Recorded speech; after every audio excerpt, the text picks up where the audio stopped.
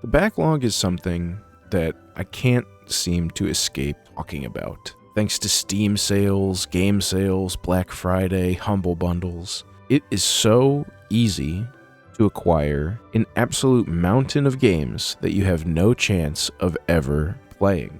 There is just not enough time in the world. Even if I had no life responsibilities, if I didn't have to sleep, if I played games 24 hours a day, 7 days a week, I still don't think I'd be able to play through all the games I already own in one lifetime. This, of course, leads us to so many different strategies for dealing with the backlog, organizing it, categorizing it, ranking it, listing it, Excel sheets. But at some point you have to ask yourself, what am I even doing with my life that this is what I have been reduced to? And I kind of had that moment when I was reviewing my backlog plan for 2025. At the beginning of that year, I made a video about the 12 games I really wanted to play. My idea was, well, I'll at least pick one game off my backlog for each month, and in theory, I'll be able to knock those games off. While I think in theory it was a sound idea, the reality is that I'm bad at making decisions and knowing what I want that far in advance. You know what a great decision is, though? Liking the video, leaving a comment, and subscribing to the channel. Looking back on the list of games I wanted to play in 2025, I noticed some clear flaws in my approach that don't feel like flaws initially. I made the list in December of 2024, kind of looking ahead to the year, and ironically, I think I was influenced by my Black Friday purchases. There were a lot of games I bought because I had a passing interest in them and they were on sale for 15 or 20 bucks. And so I figured, well, I just bought these games. I have to put them on the list. Games like Sandland, Dragon Quest Monsters, Persona 5 Tactica, and Armored Core 6 are the ones that stand out to me. I think the big problem with what I did was allow recency to make me put a bunch of, I don't want to say mediocre games, but games that I'm less interested in playing immediately on the list. Sandland's an open world little game. Dragon Quest Monsters is kind of like a Pokemon game, which I also had Pokemon Violet on my list. Armored Core 6 is kind of a Souls-like, and those games for me can be hit or miss. I don't usually like to play through them in one big chunk because obviously they can get frustrating. You maybe want to take a break for a bit, come back to it. So I didn't really pick a bunch of games that were the types of games that I'm just going to sit down and play through and want to focus on specifically.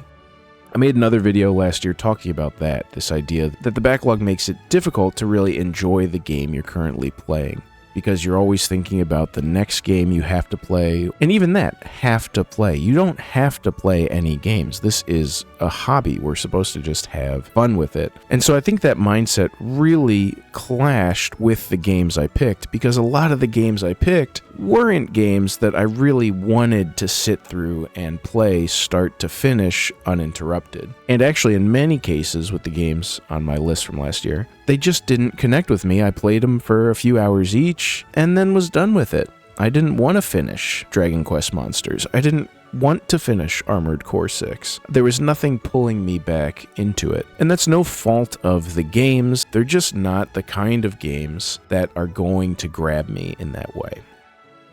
And I think the problem with even making a small list of games like this, 12 games, one for each month, still puts that weird pressure on of, I have to play these games for some reason. Maybe for me more than others because I obviously made a video telling people that I was going to play them. And so there's that additional pressure of, I said I would do this, I have to do it because like 3 people on the internet might care to hear about me talk about it or want to hold me accountable for playing some of these games. And that also has a lot that we can dig into on psychology and all this stuff I'm not going to talk about. But I think on the whole, putting pressure on what should be a hobby, even if you want to make YouTube videos about it, this is not my job. Even if it was my job, I still don't think having that kind of pressure to do or play something is fruitful. Even if you're trying to, say, review a game, on a tight deadline. Oh, I have to finish this game before the release date because I have to make a video to put it out. I don't think that that's healthy for your opinion of the game. I think it can lead to a lot of compromise as far as how you approach the game, how you enjoy the game, your takeaways. You might be quick to judge it because you are already thinking from moment one, what am I going to say about this game? How am I going to review it? What is the hook going to be? And I get it, of course, right? If it's your job, and this is far from my job, but for the people who do it actually professionally and they get their money from making video game reviews, yeah, you're going to have to play a game that maybe you don't want to, or maybe you don't feel like it because it's your job and you have to get it done by a deadline. So I do understand that that's kind of inescapable. But at the same time, I think that pressure really does impact your experience and enjoyment of the game at a base level. It might be even subconsciously biasing you one way or the other towards the games or towards the medium in general. And so when I thought about 2026 and what do I want to do I even want to make another list of 12 games that I want to play this year or anything like that, I decided that no, I don't. No, I don't.